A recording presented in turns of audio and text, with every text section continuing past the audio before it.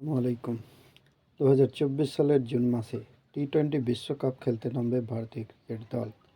এই বিশ্বকাপের আগে শেষ টি-20 সিরিজটা টিম ইন্ডিয়া আগামী 11 জানুয়ারি থেকে আফগানিস্তানের বিরুদ্ধে খেলবে। 11 থেকে 17 জানুয়ারি ভারতের মাটিতে এই টি-20 সিরিজের আয়োজন করা হচ্ছে। এই সিরিজের টিম ইন্ডিয়াকে নেতৃত্ব কে দেবেন তা নিয়ে ইতিমধ্যেই জোর জল্পনা শুরু হয়ে গিয়েছে। একটা সময় মনে হচ্ছিল যে ভারতীয় টি-20 ক্রিকেট দল রোহিত শর্মার প্রত্যাবর্তন এক প্রকার নিশ্চিত হয়ে গিয়েছে। অন্যদিকে জিও সিনেমার একটা নয়া প্রোমো এবং পোস্টার শুভমান গিলের নাম আলোচনায় টেনে এনেছে। এই প্রসঙ্গে আপনাদের জানিয়ে রাখি যে সূর্যকুমার যাদব এবং হার্দিক পান্ডিয়া দুজনে আপাতত চোটে কাহিল হয়ে রয়েছেন। এদিকে ঋতুরাজ গায়কোয়াড়ও একবারে ফিট নন। এই পরিস্থিতিতে শুভমান গিলের হাতে ভারতীয় ক্রিকেট দলের নেতৃত্ব তুলে দেওয়া হতে পারে, কারণ রোহিত শর্মা জানিয়ে দিয়েছেন যে তিনি আন্তর্জাতিক টি-20 ক্রিকেটে আর খেলবেন না।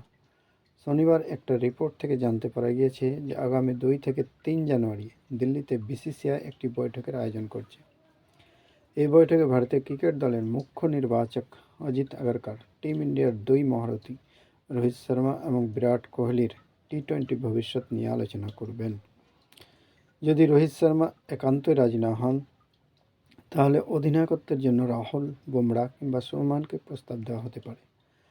তবে জিও সিনেমা নিজেদের পোস্টারে আফগানিস্তান টি-20 ক্রিকেট দলের অধিনায়ক রশিদ খানের পাশে শুভমান গিলের ছবি লাগিয়েছে। ব্যাপারটা নিয়ে ইতিমধ্যেই জল্পনা শুরু হয়ে গিয়েছে।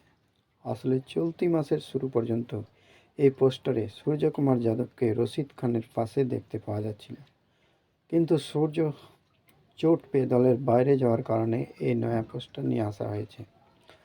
সোশ্যাল মিডিয়ার ইউজাররা তো স্পষ্টই মনে করছেন যে পোস্টারে শুভমানের ছবি লাগানোর অর্থ হলো তাকেই অধিনায়ক করা হচ্ছে। ইতিপূর্বে শুভমান গিলকে আবার গুজরাট টাইটান্সও নিজেদের দলের অধিনায়ক হিসেবে নির্বাচন করেছে। সে কারণে শুভমানের পাল্লা অনেকটাই ভারী বলে মনে করা হচ্ছে।